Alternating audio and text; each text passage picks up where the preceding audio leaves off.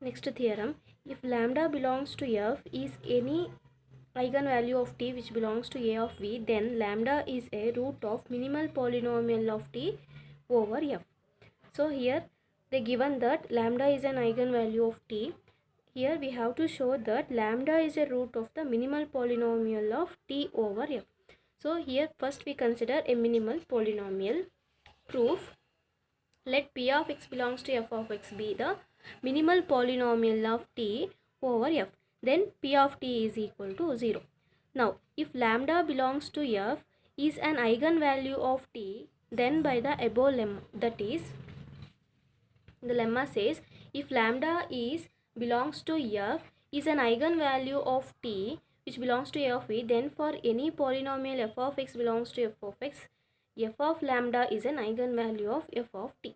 So here the given that lambda is an eigenvalue of t, by using this lemma we can say that p of lambda is an eigenvalue of p of t.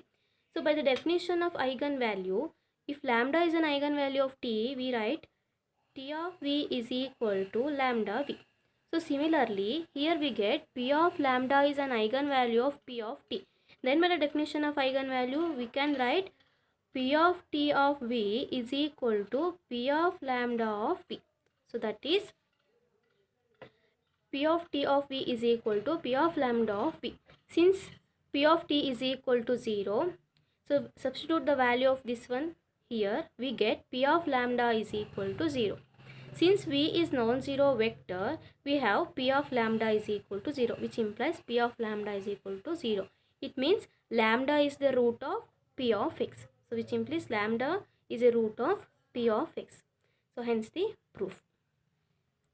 Next theorem, if t comma s belongs to a of v and if s is regular, then t and st s inverse have the same minimal polynomial. Proof: let p of x is equal to a0 plus a1x plus 1 up to am xm be the minimal polynomial of t for t over f. Then p of t is equal to 0.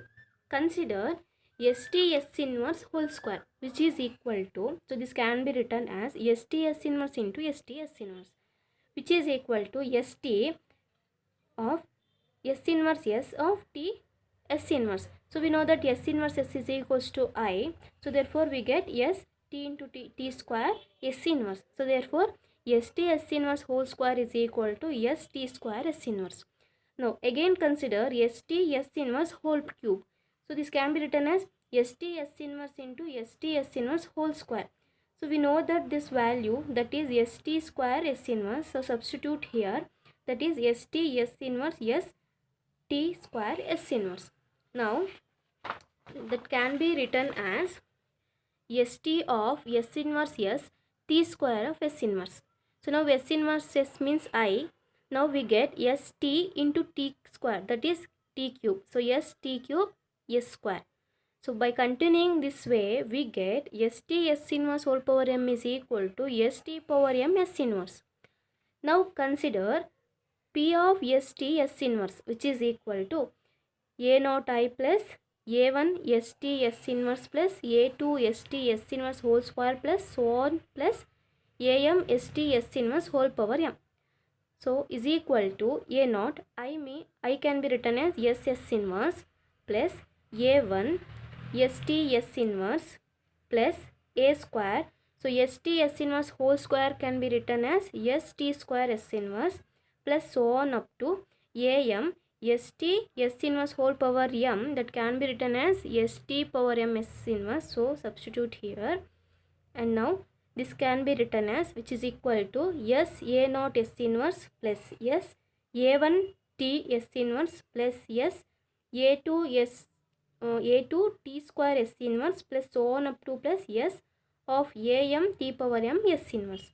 Now take s and s inverse as common, which is equal to s of a0 plus a1 t plus a2 t square plus so on up to am t power m s inverse, which is equal to s into, so this can be written as p of t into s inverse. So we know that p of t is equal to 0. So substitute the value here, the whole term becomes 0. So therefore we get p of st s inverse is equal to 0, and we know p of t is equal to 0. Thus T and ST S inverse have the same minimal polynomial, and hence the proof.